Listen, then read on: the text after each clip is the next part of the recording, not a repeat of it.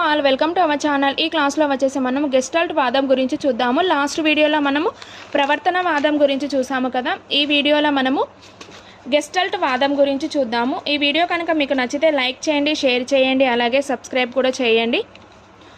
Gestalt వాదం వచ్చేసి ఏంటంటే, గెస్టాల్ట్ వాదం సంరచనాత్మక వాదం మరియు ప్రవర్తన వాదాలకు విరుద్ధంగా రూపొందింది. సంరచనాత్మక వాదం మరియు ప్రవర్తన వాదాలకు వ్యతిరేకంగా రూపొందించిందన్నమాట. ఇది 1912వ సంవత్సరంలో మార్క్స్ వర్తిమర్, అతని అనుచరులైన వోల్ఫ్ గ్యాంగ్ కోహ్లర్, కర్ట్ కోఫ్కా గెస్టాల్ట్ వాదాన్ని ప్రతిపాదించారు. ఎవరెవరు? మార్క్స్ వర్తిమర్. వీరి అనుచరులు ఎవరెవరు అని అంటే వోల్ఫ్ గ్యాంగ్ కోహ్లర్, కర్ట్ కోఫ్కా వీళ్ళిద్దరు. కోహెలర్ మరియు కర్ట్ కోఫ్కా వీళ్ళిద్దరు గెస్టాల్ట్ వాదాన్ని ప్రతిపాదించారు.